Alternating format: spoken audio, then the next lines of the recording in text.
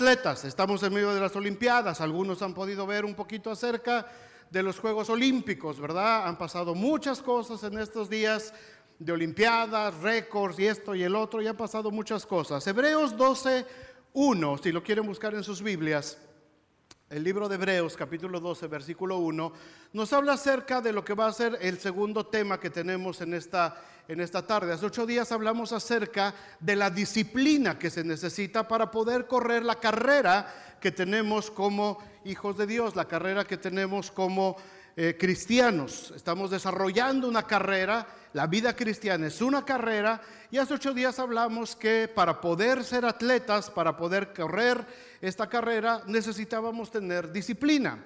Hoy vamos a hablar acerca del segundo tema, que es liberarnos del peso excesivo, del peso que nos estorba espiritualmente hablando, actitudes, conductas que nos están impidiendo desarrollar nuestra vida cristiana. Hebreos 12:1 dice: por tanto, teniendo alrededor nuestro tan grande nube de testigos, despojémonos de todo peso y del pecado que nos asedia, y corramos con paciencia la carrera que tenemos por delante. Versículo 2: puestos los ojos en Jesús, autor y consumador de la fe. ¿Ok? Puestos los ojos en ¿quién?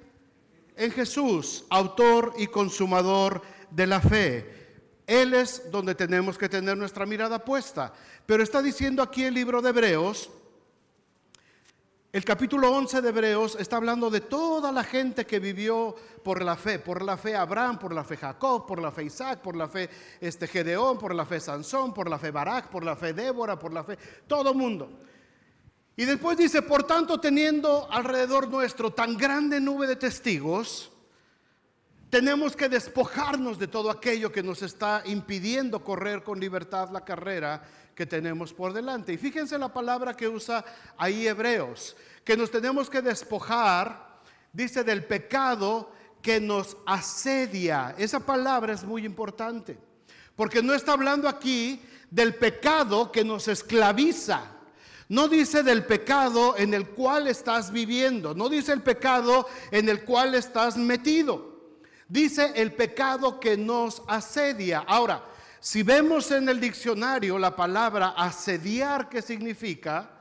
Asediar significa algo que te está insistiendo constantemente, algo que te está poniendo presión, algo que está haciendo que tú estés cada vez más débil. Eso es asediar.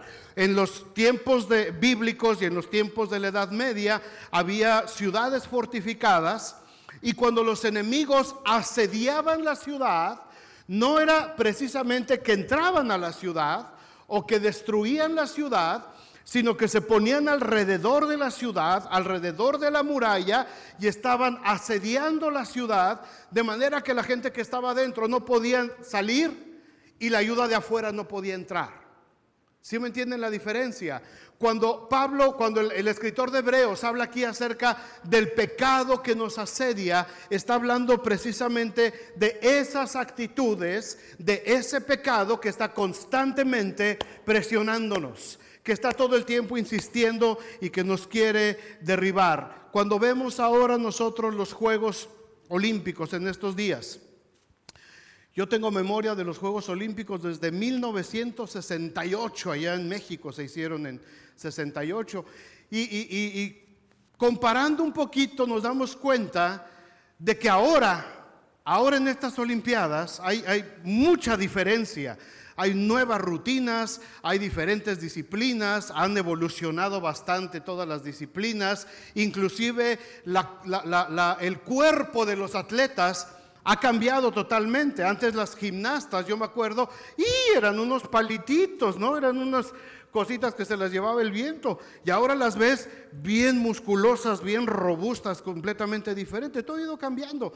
La ropa ha ido cambiando mucho también en los Juegos Olímpicos. Yo creo que la próxima Olimpiada no van a usar ropa, porque lo que están usando ahorita cada vez son telas, texturas, que las están constantemente desarrollando tecnológicamente para ofrecer menos resistencia al viento, para ofrecer menos fricción en el agua, para darles más rapidez para poderse desplazar en sus actividades. Así es que todo va evolucionando y si vemos los uniformes que usaban hace 20 años en las Olimpiadas de hace 20 años y los de ahora, se ven pesadotes, se ven burdos, se ven toscos. Ahora se ven muy ligeritos y los récords mundiales están cayendo rapidísimo. Todo esto tiene que ver. Los científicos del deporte vieron que había peso extra que había que quitar y empezaron a trabajar precisamente en los uniformes. De eso se trata lo que está diciendo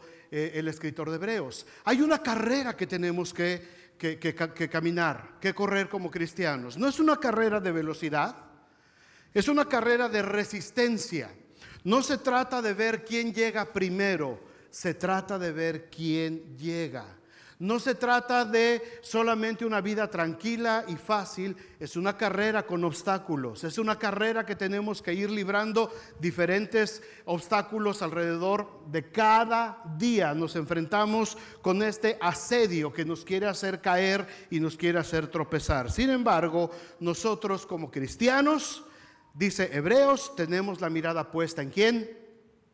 En Jesús, el autor y consumador de la fe. Esta carrera es mi carrera, es tu carrera, es tu carrera, es tu carrera. Esta carrera es individual. Mi esposa no puede correr por mí, es mi carrera. Yo no puedo correr por ella, yo no puedo correr por mi hija, ellas tienen que correr su propia carrera. Yo les puedo ayudar, ellas me pueden ayudar, nos podemos animar. Yo les puedo animar a ustedes, les puedo enseñar, les puedo entrenar para correr más ligeritos la carrera cristiana, pero yo no puedo correr la carrera por ninguno de ustedes, ni ninguno de ustedes puede correr la carrera por mí, porque Romanos 14:12 dice, de manera que cada uno de nosotros le va a dar cuentas a Dios de sí mismo. Yo no voy a rendir cuentas de mi esposa, de la vida de ella. Ella va a rendir cuentas delante de Dios. Y ella no va a rendir cuentas delante de Dios de mi vida. Yo le voy a rendir cuentas a Dios de mi vida. Entonces, de manera que cada uno de nosotros dará a Dios cuenta de sí. Esta carrera, hermanos, inició el día que cada uno de nosotros creímos en Jesucristo como Señor y Salvador. El día que entregamos nuestra vida a Cristo, el día que escuchamos este mensaje y dijimos, yo quiero entregar mi vida a Cristo, yo quiero ser un hijo de Dios, yo quiero arrepentirme de mi pecado y quiero disfrutar de la vida eterna que tiene Cristo para mí. En ese momento empezó la carrera. El Señor te puso tu uniformito, te puso tu número y dice, empieza a correr, papacito. Y empezamos a correr.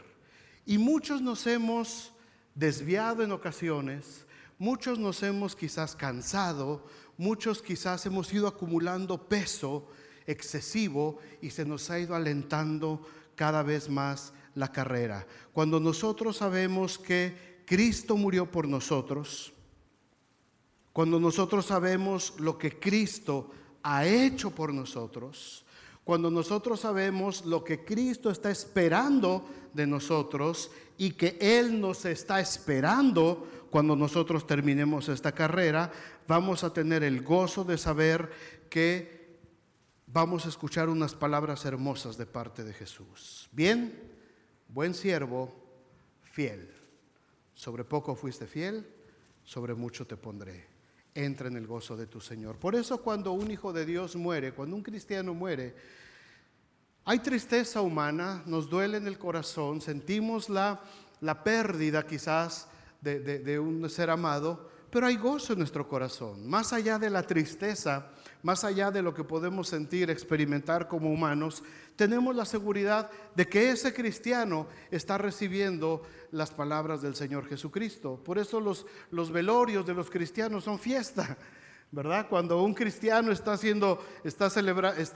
graduándose con el Señor, uno recibe la fiesta, uno recibe el gozo del Señor de que se está graduando uno ahí arriba. Ok, vamos a hablar acerca de cuatro áreas muy importantes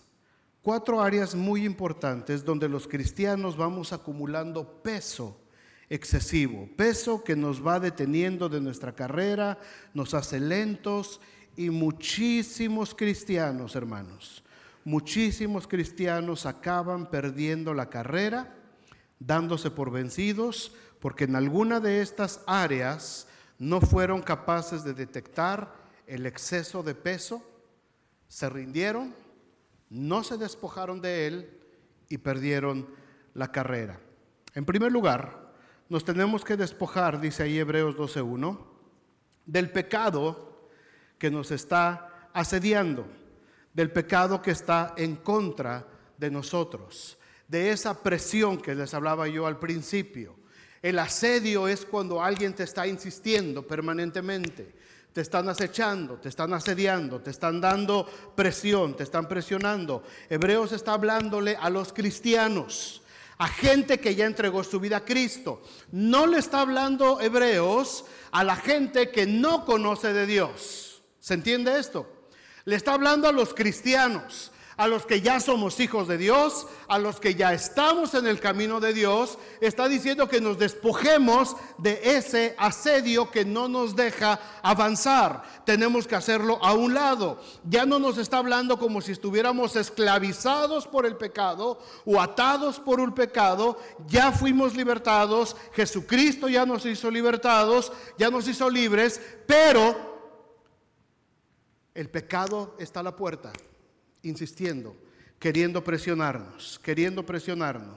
Vivimos ahora en el reino del Hijo de Dios, dentro de la justicia de Dios, pero el pecado que nos asedia nos quiere cercar, quiere impedir que sigamos con nuestra carrera, nos está presionando insistentemente. Pedro lo dice en 1 de Pedro 5:8, sed sobrios, ¿y qué? Y velad, es decir, estemos atentos. ¿Por qué? Porque vuestro adversario, el diablo, como león rugiente, anda alrededor buscando un cristiano descuidado, buscando un cristiano que baje la guardia, buscando un cristiano que se descuide, buscando un cristiano que abra una puerta para entrar y devorarlo. ¿Se dan cuenta? No estamos nosotros todo el tiempo en el foso de los leones como Daniel. El profeta Daniel lo echaron al foso de los leones y Dios lo guardó. Nosotros no estamos en el foso de los leones, pero sí hay un león alrededor buscando. Nosotros nos movemos en libertad en el reino de Dios, pero el enemigo está buscando a quien devorar.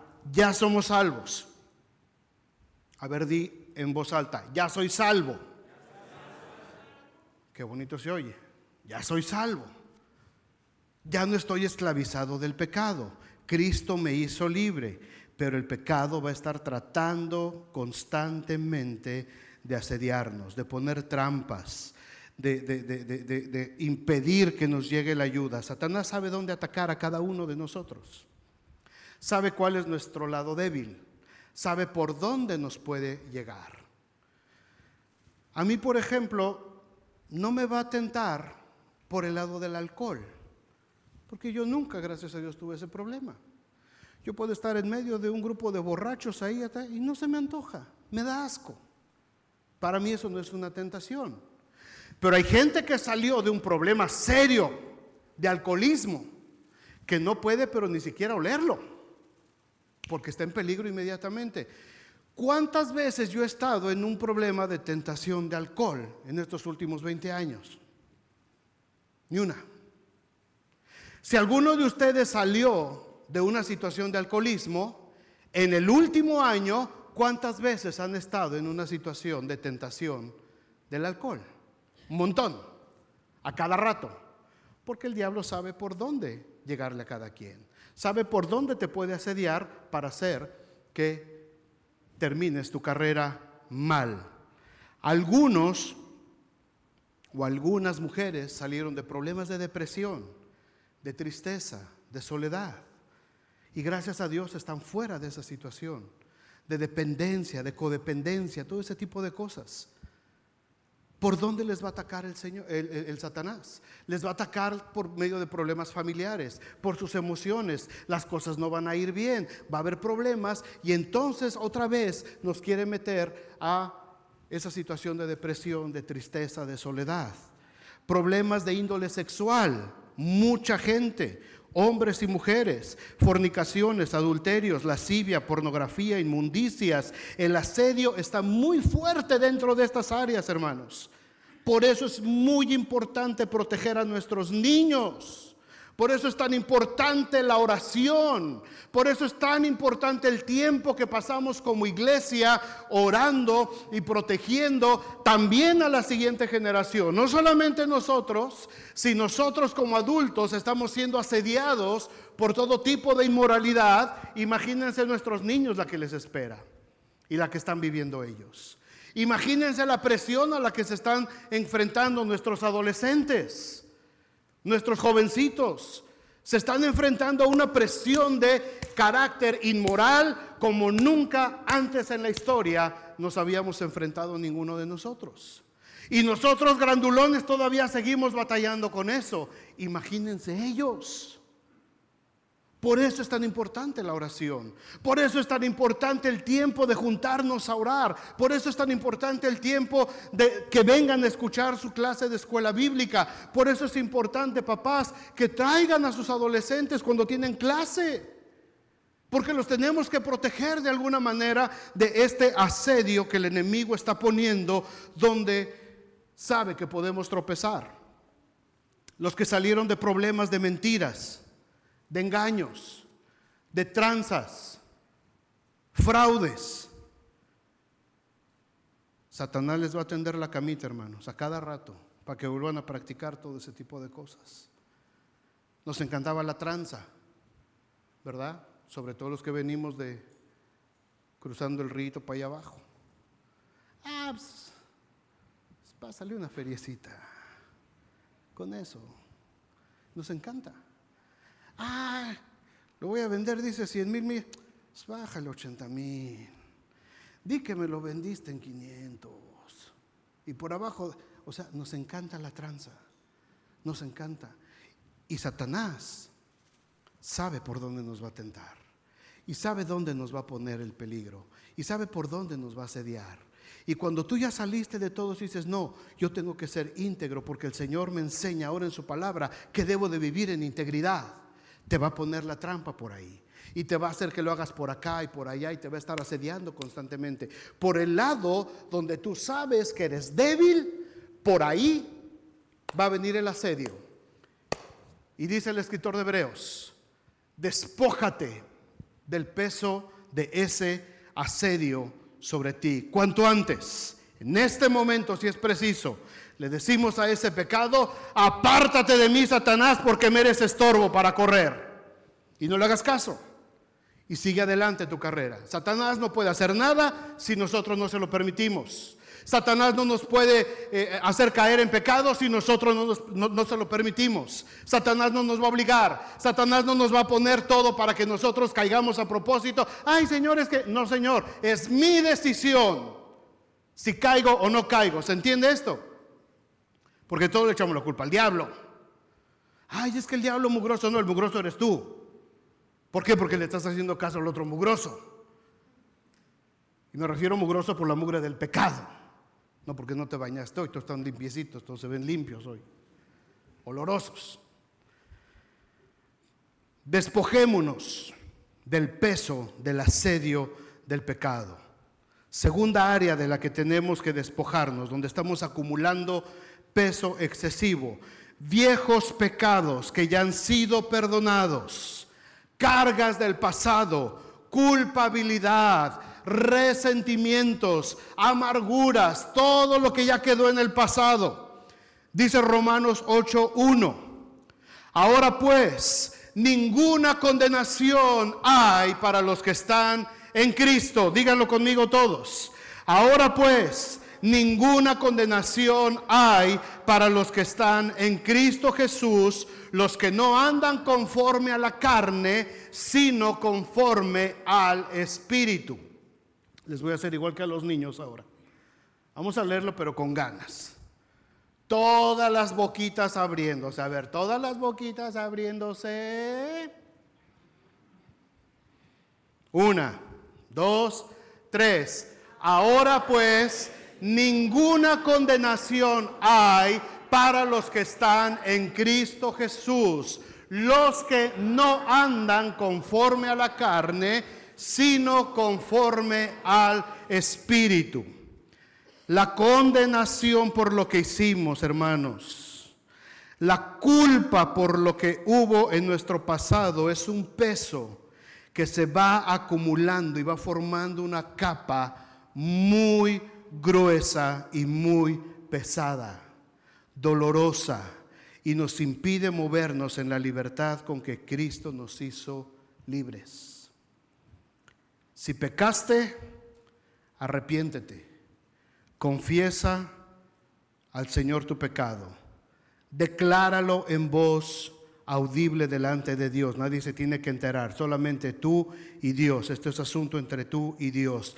Y si te has arrepentido de corazón, recibe el perdón.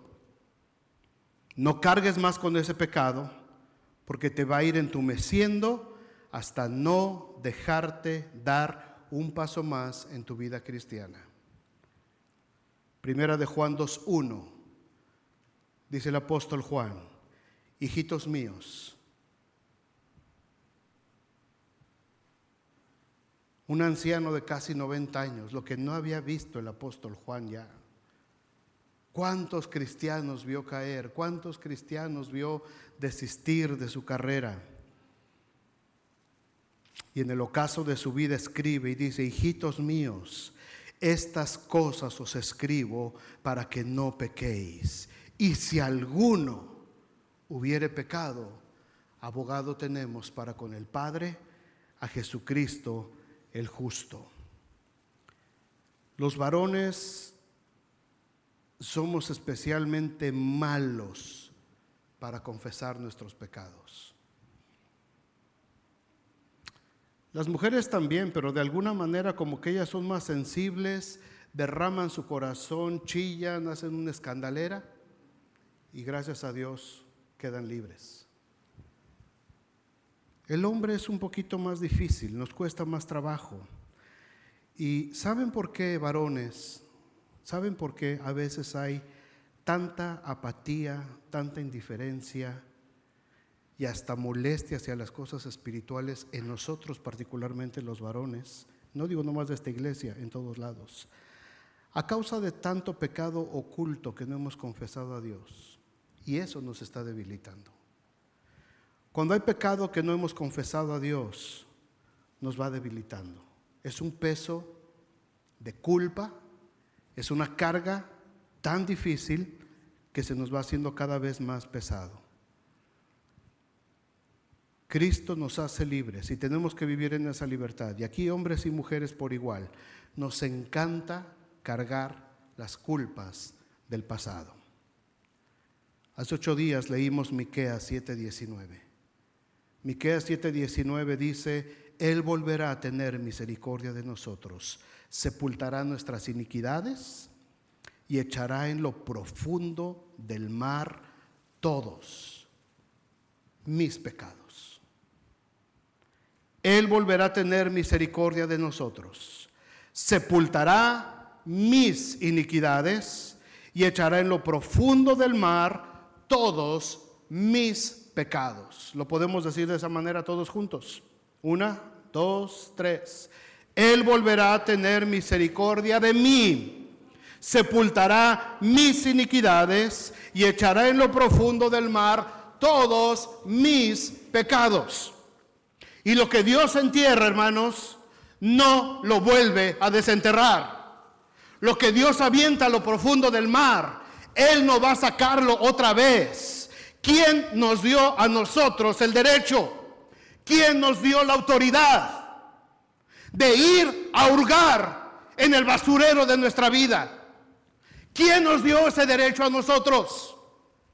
¿Quién nos dijo que teníamos permiso de ir a la mugre de nuestro pasado y sacar y volvernos a embarrar esa mugre? ¿Quién nos dio permiso? Si Dios lo agarró, mi pecado, me limpió, me lavó con su sangre, me quitó esa ropa sucia, la agarró y la aventó a las profundidades del océano, ¿por qué vivo con culpabilidad? ¿Por qué vivo con condenación?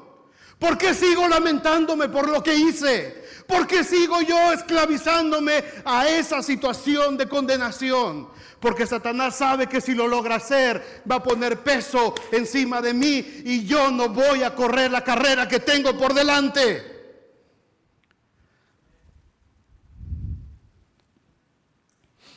Algunos grupos religiosos, como el Opus Dei desde la Edad Media,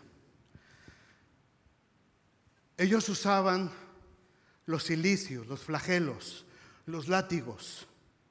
Ellos usaban unos cintos con púas que se ponían alrededor de la cintura, que se apretaban en las piernas, de manera que cuando ellos se movían, eso les infligía dolor, los hacía sangrar, porque de esa manera ellos estaban tratando de liberarse de la culpa. Ellos no tuvieron oportunidad de leer a Romanos.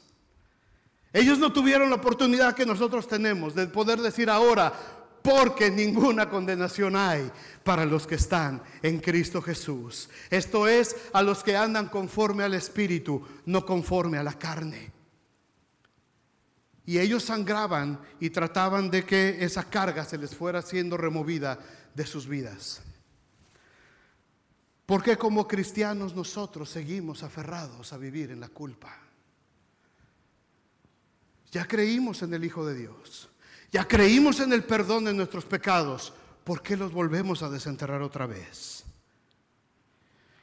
David, el rey David, es un ejemplo de lo que es confesar el pecado. Él se vio envuelto en un problema muy serio. Se enamoró de una mujer que no se tenía que enamorar. Y eso le llevó a cometer otro pecado peor. Mandó matar al esposo de la mujer para poderse quedar con la mujer. Y eso le lleva a otro pecado todavía peor: engendrar un hijo con esa mujer. Y Dios dijo, basta. Y ese hijo enfermó de gravedad. Y ese hijo estaba agonizando. Y tenía 7 días en agonía ese pequeño bebé que había tenido David con la mujer de la que se había enamorado. Y David, en medio de esa desesperación, en medio de eso, se da cuenta de lo que hizo, se da cuenta de lo que acaba de cometer, y él empieza a clamar a Dios. Y escribe el Salmo 51. Y él empieza a clamar desde lo profundo de su corazón: ten piedad de mí, oh Dios. Ten piedad de mí, conforme a tu misericordia, conforme a la multitud de tus piedades, borra mis rebeliones, lávame más y más de mi maldad, porque yo reconozco mis rebeliones y mi pecado está siempre delante de mí. Contra ti solo he pecado y he hecho lo malo delante de tus ojos. Y nosotros podríamos orar junto con David: y he estado en pecado, Señor, de fornicación, y he estado en adulterio, y he estado en mentiras, y he estado en iniquidad, y he estado en tranzas, y he estado en calumnias, y he estado haciendo hechos vergonzosos, y he estado metido en esto y en el otro, y en el alcohol y la droga. Dios, ya no puedo, ten piedad de mí. Esa es la manera de confesar, porque no somos libres. Porque cuando es hora de confesar los pecados, hermanos, vamos a orar. Confiesa tu pecado al Señor. Amén. No hay una convicción, no hay un quebrantamiento. David quebró su corazón. David derramó su alma delante de Dios. David estaba angustiado, no tanto por el hijo que se le estaba muriendo, sino porque su relación con Dios estaba en peligro. Y Dios le había dado tanta bendición, y Dios había sido tan grande con él, y él sabía la relación que tenía con su Dios, y sabía que le había fallado. Y por eso le tiene que decir: lávame más y más de mi maldad. Crea en mí, oh Dios, un corazón limpio y renueva un espíritu de rectitud dentro de mí. Y a veces ese coraje es el que nos falta a la hora de confesar nuestro pecado. Somos demasiado ligeritos. Y perdona mis deudas como yo también perdono a los que me ofenden, amén. Y pensamos que ya se acabó el asunto y el mugroso pecado ahí está dentro todavía. ¿Cuándo fue la última vez que derramamos nuestra alma delante de Dios? ¿Cuándo fue la última vez que quebraste tu corazón delante de la presencia de Dios y te arrepentiste con lloro, con gemido, con clamor desde lo profundo de tus entrañas? Y le dijiste: Señor, agarra este pecado y aviéntalo a lo profundo del mar, porque yo ya no puedo con él. Lávame más y más de mi maldad. Y en eso estaba David cuando llegaron a decirle: tu hijo acaba de morir. Los siervos tuvieron miedo. Dijeron: si ahorita que el niño está enfermo, míralo cómo está. Ahorita que le digamos que el niño ya se murió, se va a poner como loco. Y dice la Biblia que David se levantó, se fue a bañar, se cambió su ropa, se puso su traje real, se puso su corona y se sentó a la mesa y pidió que le trajeran de comer. ¿Por qué? Porque su hijo acababa de morir, pero él acababa de volver a vivir. Él acababa de revivir esa relación con Dios. Él se había dado cuenta de lo que había sucedido en su vida. Y cuando él se levanta de estar en medio de la ceniza, con una ropa de cilicio, humillado, ayunando, con hambre, cuando David se levanta justificado, se levanta perdonado, se levanta libre y se levanta victorioso en el nombre de Cristo Jesús. ¿Por qué sigo viviendo en condenación? Porque no me he podido yo levantar de ahí. Cuando derramas tu corazón a Dios, cuando confiesas con todo tu corazón, cuando te quiebras delante de Dios y te despojas de ese pecado que traes, de esa condenación que traes, y se la entregas, levántate justificado, levántate perdonado, levántate libre y levántate sabiendo que eres más que vencedor. Y te voy a decir algo: no se siente nada. No vas a sentir nada. No vas a sentir calambres, no vas a sentir toques, no vas a oír campanitas, ni vas a ver ángeles. Porque el gran problema del cristiano es ese, que todo lo quiere sentir. Es que no sentí nada. Es que no se trata de sentir, se trata de creer. Se trata de saber. Se trata de tener una convicción adentro de mí. Soy justificado. ¿Qué se siente ser justificado? Nada. No digo: soy justificado, me estoy justificando. No, Señor. No se trata de sentir, se trata de creer. Y se trata de aprender a vivir y seguir viviendo como lo que ahora somos en Cristo Jesús. Justificados pues por la fe, tenemos paz para con Dios. Cuando confieses tu pecado, levántate sabiendo que eres perdonado. Tercer cosa que tenemos que quitar de peso sobre nosotros: religiosidad. La religiosidad.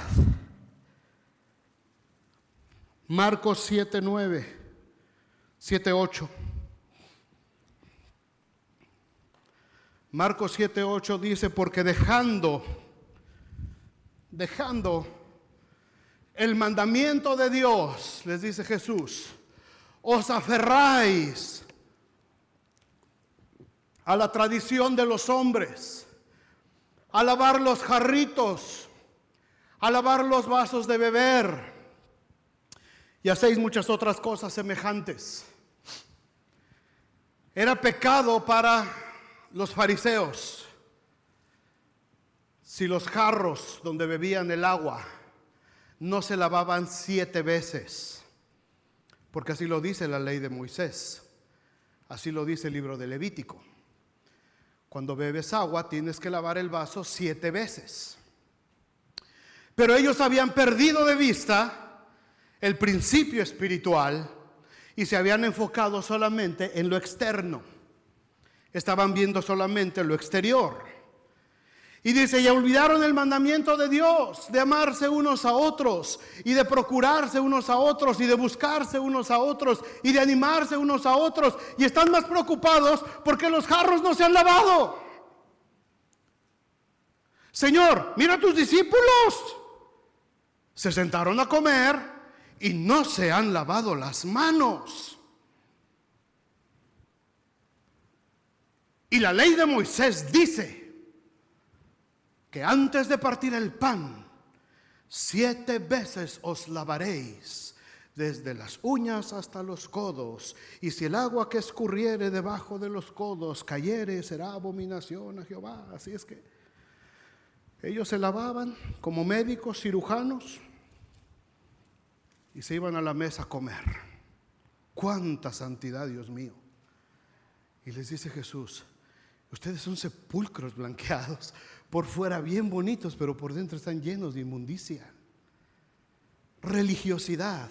La religiosidad, hermanos, aparece cuando cambiamos los principios espirituales por apariencias externas y nos preocupamos más por lo que se ve y por lo que hacemos que por nuestra relación con Dios. ¿Lo captaron? No, ahí les va. La religiosidad aparece cuando cambiamos los principios espirituales por apariencias externas y nos preocupamos más por lo que se ve, por lo que la gente ve, por lo que la gente piensa de nosotros, por mi imagen ante la gente. Me preocupo más por eso que por mi relación con Dios. Dentro de nuestra carrera como cristianos, hermanos, vamos agarrando mañas y costumbres que muchas veces no tienen nada que ver con la palabra de Dios y que son más tradiciones y costumbres de hombres que no nos edifican, pero eso sí nos estorban para la vida cristiana. ¿Cuántos de aquí han estado en más de 2 iglesias, aparte de esta? Algunos, qué bueno. La mayoría nacimos aquí. Qué bendición, no saben lo que es esa bendición. Pero los que ya traemos una carrerita un poquito larga y que hemos pasado por un montón de iglesias, en cada iglesia vas agarrando mañas, vas agarrando ideas y vas agarrando cosas que no precisamente edifican, no precisamente, pero pues uno las va aprendiendo porque así se las enseñan y uno por no leer y por no escudriñar la escritura, pues uno se las cree. Y uno piensa que así es la cosa y uno va agarrando ideas que al final de cuentas no tienen nada que ver con la palabra de Dios. Y son cositas que solamente nos van llenando de aspectos religiosos, nos van llenando de religiosidad a lo largo del camino. Por ejemplo, la forma de cantar. La forma de cantar. Yo no sé si mis abuelitos hubieran escuchado cómo cantó Benji ahorita este himno de En la cruz, en la cruz. No sé, a lo mejor mi abuela me estaba revolviendo en su tumba ahí, ¿no? Porque en mis tiempos la música era solamente con un piano o con un órgano, nada más. Era una completa falta de reverencia aplaudir dentro de la iglesia. ¿Basado en qué? Mas Jehová está en su santo templo, calle delante de él toda la tierra. El libro de Habacuc. Pero está mal usado ese versículo, porque el Salmo 150 dice: alabad a Dios en su santuario, alabadle por la magnificencia de sus cielos, alabadle con pandero, con danza, con címbalos resonantes, con címbalos de júbilo, todo lo que respira alabe a Jehová. Isaías dice: y los árboles del campo aplaudirán, darán palmadas de aplauso cuando vean que los redimidos de Sión vuelven otra vez. Levantad la voz y aplaudid y cantad salmos al Señor, dice. Entonces, no es que fuera malo el asunto de aplaudir. No es que fuera malo el asunto de usar una batería en la iglesia. No es el asunto de cómo cantábamos, sino que se había formado una costumbre religiosa que nos impedía ver que había otras formas también de alabar a Dios. Claro, sin irnos a un extremo como el que muchas iglesias han estado cayendo, que también se convierte en religiosidad. Y meten de todo tipo de música, tienen acá arriba el bajo sexto y el acordeón, y sienten ya nomás te falta el mezcal allá abajo, en lugar de jugo de uva para la cena del Señor. O sea, Dios nos da la libertad de escoger, Dios nos da la libertad de decidir, Dios nos da libertad para ir escudriñando en la palabra de Dios. Y muchas de las cosas que a veces se han hecho en la iglesia son más producto de la tradición y de la religiosidad que del mandamiento de Dios. Por eso Jesús les dice: ustedes han invalidado el mandamiento de Dios y le han dado más importancia al lavamiento de los jarros y de los vasos. Ubiquémonos en lo que es importante para el Señor. La forma de orar. También hay mucha gente que piensa que se debe de orar de cierta forma. Si no oras así, no funciona. Si no lo dices así en este orden, tampoco funciona. Si no te arrodillas en el altar, tampoco sirve. Y mucha gente lo hace por costumbre, por religiosidad. Mucha gente llegaba a las iglesias y llegaban y se arrodillaban, y arrodillados estaban buscando y platicando con el de junto, y decía: ¿qué está haciendo este hermano? O sea, ya está de rodillas acá, pero está platicando con el otro hermano y están buscando en la Biblia. Había un hermano, ¿te acuerdas? Ese viejito, un hermano, no voy a decir su nombre para no quemarlo, ya se murió hace muchos años. ¿Sabes qué hacía cuando estaba aquí de rodillas en el altar con su Biblia abierta? Decía: oye, ese hermano me inspira, mano. Un hombre nunca se casó. En medio de la Biblia tenía promitos, cromos chiquitos de esos calendaritos que regalaban, con mujeres semidesnudas. Y el hermano estaba en el altar bien espiritual orando y estaba orgeando en la Biblia de cromo en cromo. Era una religiosidad solamente. No era que fuera necesario que se encara a orar. Su corazón estaba lejos de Dios. Él estaba siguiendo solamente una tradición que le habían enseñado a él. Y así vamos aprendiendo muchas tradiciones. La forma de vestir también dentro de la iglesia ha sido un tema de caer en extremos de religiosidad. Si no usabas faldas que llegaran hasta el piso, estabas en pecado. No podías a veces subirte a predicar si no ponías corbata. Una vez llegué a una iglesia allá en Moreno Valley, en California, y llegué así, yo pues así soy. No vengo en fachas, pero pues, oye, con esta cosa no puedo poner corbata. O me pongo la corbata o respiro. No me da para las dos. Y me dice el pastor: hermano, su corbata. No traigo, pastor, no traigo. Aquí tengo unas, yo le presto, hermano, mire, póngase esta. O sea, para subir a predicar, yo dije: bueno, Señor, por ti lo hago. Ya medio me la acomodé. Hermanos, que Dios les bendiga en el nombre de Jesús en esta tarde. Me da mucho gusto estar con... Tenían su arsenal de faldas en la entrada. Y si una hermana entraba con la falda un poquito arriba de la rodilla: hermana, venga por favor, hermana, por favor, pásele por acá. Departamento especial de vestuario. ¡Pum! Y le ensartaban un faldón como hasta allá abajo. Ahora sí ya pásele, hermana. No está mala la idea, ¿no? Pero era religiosidad. Era religiosidad. Era religiosidad. Dios nos ha dado la libertad. Tenemos que ser sabios. Tenemos que ser prudentes, hermanos y hermanas, varones y mujeres. Tenemos que ser prudentes para no ser piedras de tropiezo a los hermanos. No usemos esta libertad que tenemos en Cristo para vivir en libertinaje. Yo sería muy irresponsable si me subiera aquí a predicarles con una playera aquí de Corona extra, ¿se imaginan?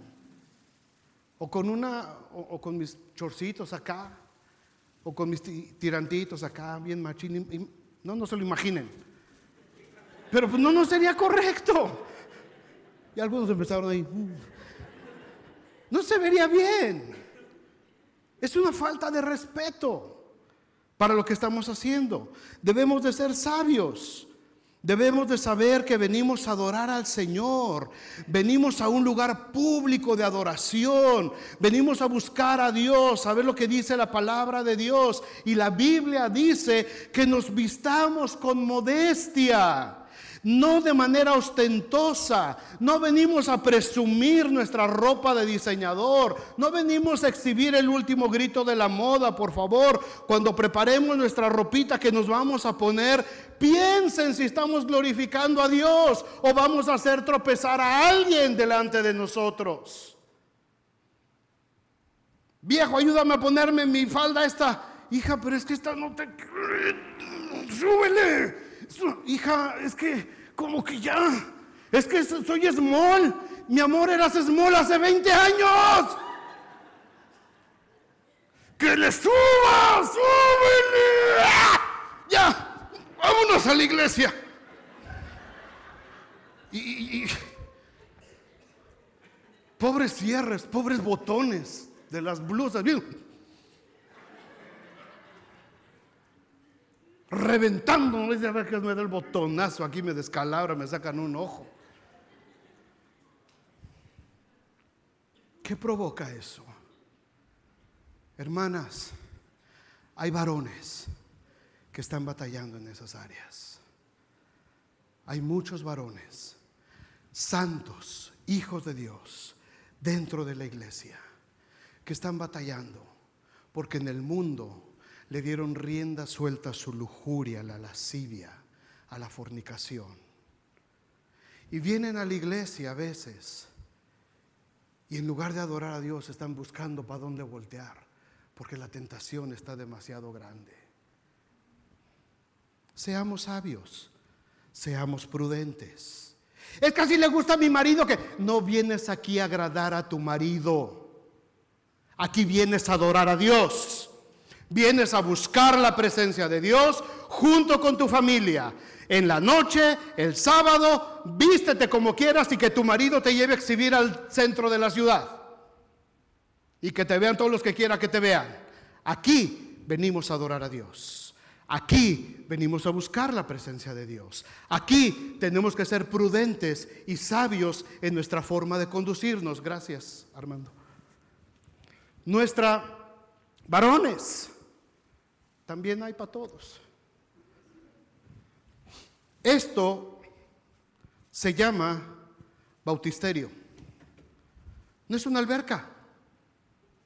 No vienen a la alberca. No vienen a la playa. No vengan en chanclas y shorts y con las playeritas aventando el músculo acá, que ya sabemos que está re buenote, mano, pero o sea, ¿se entiende el punto, hermanos? Venimos a buscar de Dios. Venimos a buscar la presencia de Dios. Y si mi forma de vestir, mi forma de actuar, mi forma de ser va a ser piedra de tropiezo a los hermanos, tengo que modificar mi forma de ser. Tengo que modificar mi comportamiento. No pasa nada. No pasa nada. Si en lugar de una camisetita de tirantitos acá, me pongo una camisa de manga corta, una camisa decente, no pasa nada. No te va a pasar nada. Y sí vas a ayudar mucho a la gente que está acá. Si te pones una falda que apenas el pobre esposo, sí, mi amor, ¿y cómo me veo? Y hago así, le dices, gorda, mano, no te la acabas el resto de tu vida.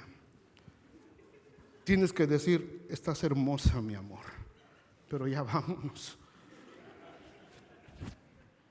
Yo sí le digo, ¿y cómo me veo? No. ¿Para qué me preguntas? Y la segunda, ¿y ahora? ¿Y ahora? Okay. Somos ayudos idóneos, hermanos. Dios no está viendo lo externo, pero nosotros tenemos que ser sabios, tenemos que ser prudentes. ¿Me entienden este punto, hermanos? ¿Sí? Díganme que sí, por favor. ¿No me odian? La religiosidad dice, preocúpate por tu exterior. El Espíritu dice, preocúpate por lo que hay en tu interior. Y si tu interior está limpio, si tu interior está puro delante de Dios, tu exterior lo va a reflejar. No necesitas venir derrochando sensualidad. Avienta una sonrisa, porque Dios hermosea el rostro de los humildes. No necesitas hacer derroche de lujos, no necesitas hacer derroche para sentir la aprobación de la gente. Dios es el que nos da la gracia, y Dios nos da gracia para sentirnos amados por toda la gente. Siempre tenemos que ser sabios. ¿Cómo nos vamos a vestir? ¿Cómo nos vamos a comportar? ¿Qué es lo que vamos a hablar? Hace 8 días hablamos de esto. A veces la lengua nos da mucho trabajo, lo tenemos que saber controlar. Sabemos que no es lo externo lo que nos contamina, dijo Jesús, sino lo interno.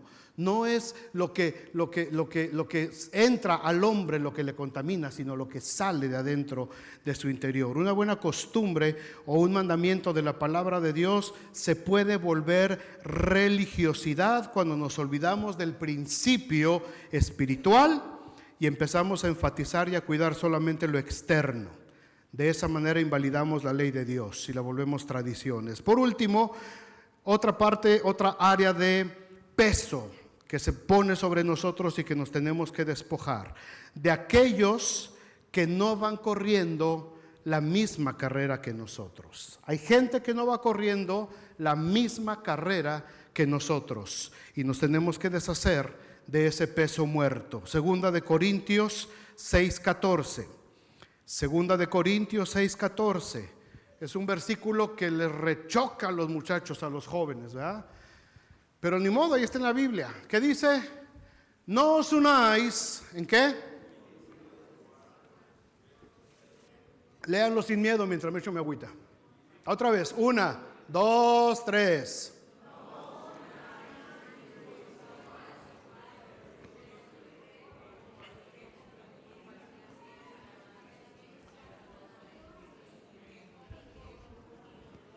Paso, si fuéramos un coro Gabriel,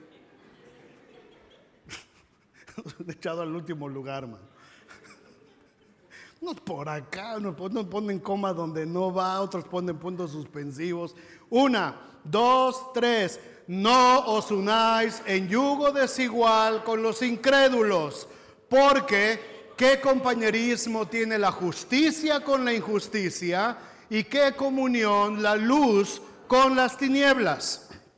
No os unáis, dice aquí, en yugo desigual. En nuestra carrera cristiana hay mucha gente que puede llegar a convertirse en un estorbo y en una carga muy pesada para seguir corriendo nuestra carrera. A eso se refiere Pablo con este versículo.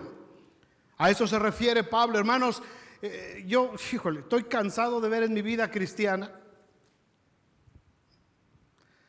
¿cuántas veces? Hija, ¿pero qué estás haciendo con ese muchacho que no es cristiano? Ay, pero es que yo lo voy a convertir. Lo vas a convertir en sapo, pero no lo vas a convertir en nada más. No, que sí, que... Hija, no, por favor, fíjate, abre los ojos, mira. Hijo, esa muchacha, mira nomás en lo que anda. Tú eres un hijo de Dios, tienes un llamamiento, tienes ministerio delante de Dios. Pero es que lo amo, señorita, no puedo vivir sin él. Lo conocí en una pollada, señorita.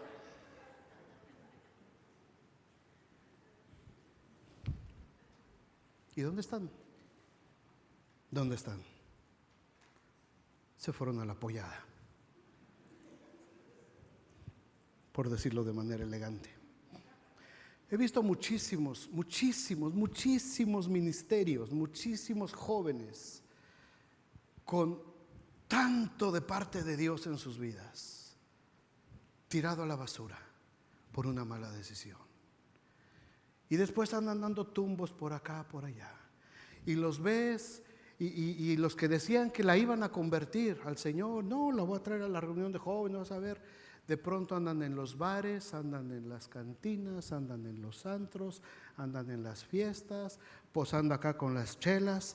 El que estaba antes acá con su Biblia, ahora aquí posando con las chelas, posando con las... ¿Por qué? Porque desobedecemos la palabra de Dios. Hay gente que no está corriendo nuestra misma carrera. Y muchísima de esta gente se salió de la carrera, terminó la carrera. La Biblia no se equivoca. La Biblia no se equivoca. Esto no lo está diciendo solamente por molestar. Lo está diciendo porque es una realidad. Este versículo que Pablo está diciendo aquí a los corintios está basado en Deuteronomio 22:10. Ahí está más crudo para que lo entendamos de una mejor manera. Deuteronomio 22:10 dice: no ararás con buey y con asno juntamente. Eso es el yugo desigual. El yugo es esa cosa de madera que se les pone en el cuello a los bueyes, se les amarra a las mulas, a los caballos, para arar la tierra. Ese es el yugo. El buey es un animal de este tamaño y el burro es de este tamaño. ¿Cómo vas a poner un yugo de un lado un buey y de un lado un burro? ¿Qué va a suceder con tu tierra? El buey es un animal de trabajo, es un animal de fuerza. El buey jala. El burro es un animal de carga y se convierte en una carga, porque no es su trabajo arar, no es su trabajo labrar la tierra, su trabajo es cargar. Y cuando pones un buey y un burro juntos, fracasas en la carrera. Cuando Dios dice: deshazte de la gente que no te conviene, porque te van a estorbar en la carrera. Pero es que es mi compadre del alma. ¿Cómo lo dejo? Ni modo que le haga el feo. Y ahí va el buey y ahí va el burro. Bíblicamente hablando, ahí van caminando. Gente que te es tóxica, gente que te es un peligro, gente que te aparta del camino de Dios, gente que te hace dudar de tus principios cristianos. No os unáis en yugo desigual con los infieles. No te estoy diciendo que le dejes de hablar al compadre, porque tienes que ser luz en medio de esas tinieblas.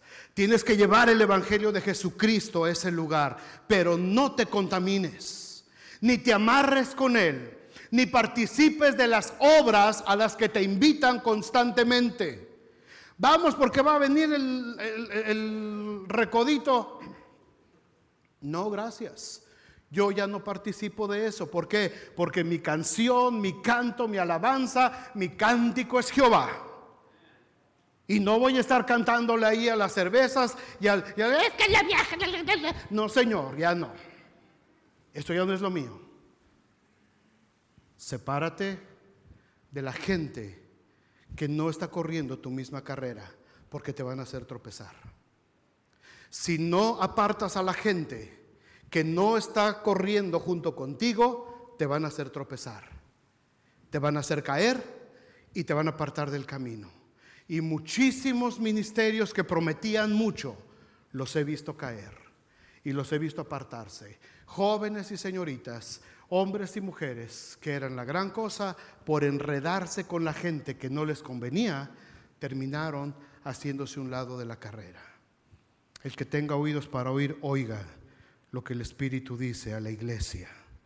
Por eso dicen los apóstoles constantemente en sus cartas que nos cuidemos unos a otros, que permanezcamos en amor como hijos de Dios, que nos alentemos unos a otros con la palabra de Dios, que nos ayudemos, porque todos estamos compartiendo la misma meta, vamos hacia el mismo objetivo, nos tenemos que ayudar entre nosotros. Me da gusto cuando yo veo fotos que ustedes ponen en grupos de la iglesia, que tienen convivio acá, que comieron acá, que se reunieron allá, y se ve bonito cómo está la iglesia conviviendo juntos, sintiendo lo mismo, hablando de lo mismo, ponen su fogatita y empiezan a cantar cantos al Señor.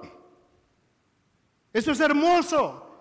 Mirad cuán bueno y cuán delicioso es habitar los hermanos juntos en armonía. Pero cuando a veces también hay imágenes de cristianos en lugares con gente en yugo desigual, es doloroso ver cómo se están dejando pervertir por esas personas.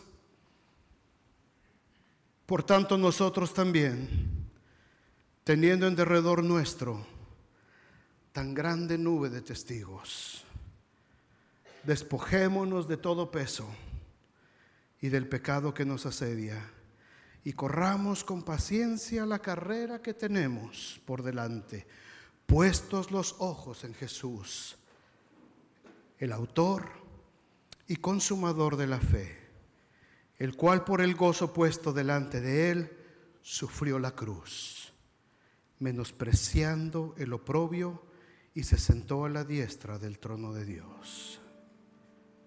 ¿Qué nos impide correr, hermanos? ¿De qué cosas debemos de despojarnos? ¿Cuál de estas 4 áreas en nuestras vidas hay peso del que nos tenemos que deshacer? ¿Hay pecado asediándonos,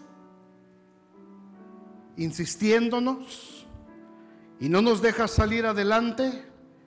Levántate en el nombre de Jesucristo y dile: hazte un lado, Satanás, porque me eres estorbo. ¿Hay peso de condenación del pasado? ¿La culpa te está consumiendo? Cree que la sangre de Cristo es suficiente y que ese pecado está en lo profundo del mar y no va a volver a salir jamás. Pero confiésalo, confiésalo. Derrama tu alma delante de Dios. Derrama tu alma delante de Dios. Hay religiosidad que fuiste cargando durante tu paso por varias iglesias. Discierne, sé prudente, sé sabio, agrada a Dios antes que a los hombres.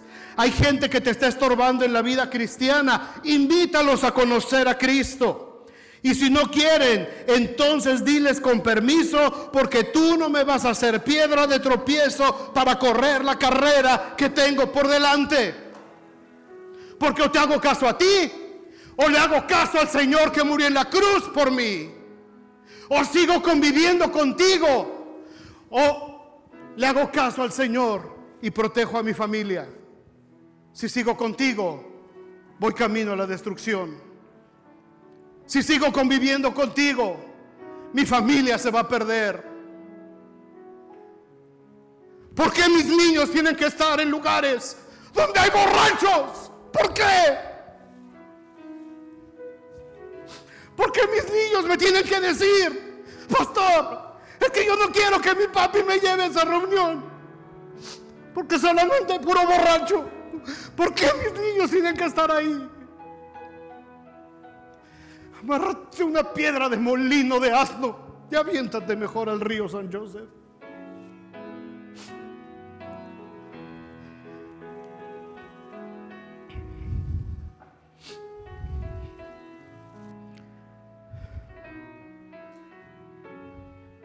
Pónganse de pie, hermanos. Cristo ya sufrió la cruz. Cristo ya sufrió la cruz. La vergüenza del pecado ya la sufrió Cristo por ti. El dolor del pecado ya lo sufrió Cristo por ti. Tu reconciliación con el Padre ya la pagó Cristo por ti. Tu paz ya la ganó Cristo para ti. Ahora, varón, mujer, despójate de todo peso que te está cargando. Despójate. Despójate. Renuncia a ese peso en el nombre de Jesús.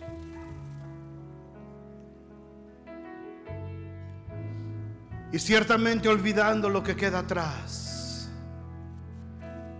extiéndete a lo que está adelante, al premio del supremo llamamiento en Cristo Jesús. Hay un llamamiento, hay una meta. Amados, no pierdan de vista esa meta. Cada día, en tu casa, en tu trabajo, en la escuela, en cada una de nuestras actividades, tenemos que tener en mente esa meta. Esa meta, puestos los ojos en Jesús, autor y consumador de la fe. Esta decisión que voy a tomar glorifica al Señor, o va a ser peso sobre mí y me va a impedir caminar mi carrera.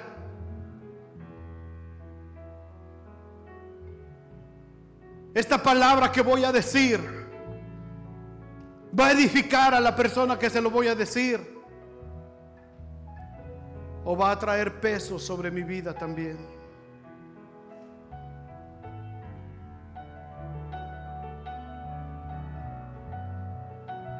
Esto que mis hijos me están pidiendo permiso de hacer, ¿les va a ayudar a completar la carrera que tienen por delante, o los va a estorbar? Pero con tal de que no me estén dando lata, los voy a dejar ir. Se los voy a permitir. Hay caminos que al hombre le parecen derechos, pero su fin es camino de muerte.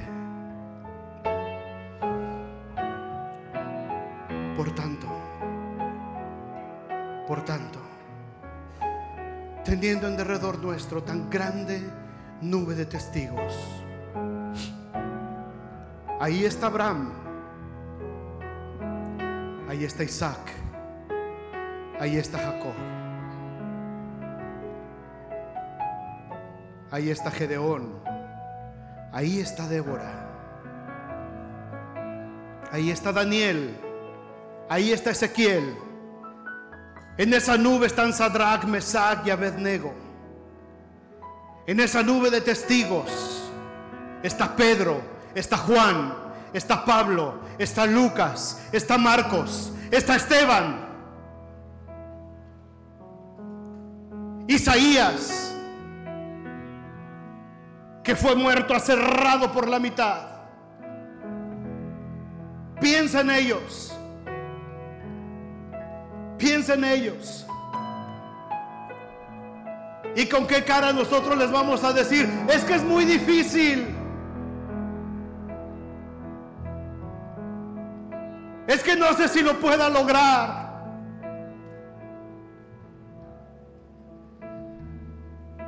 Ahí está esa grande nube de testigos que nos están viendo. Y ellos persistieron.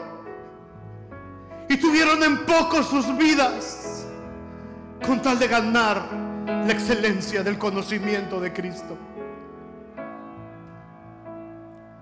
Perdieron a sus familias, muchos de ellos. Perdieron a sus hijos. A Juan el Bautista le cortaron la cabeza.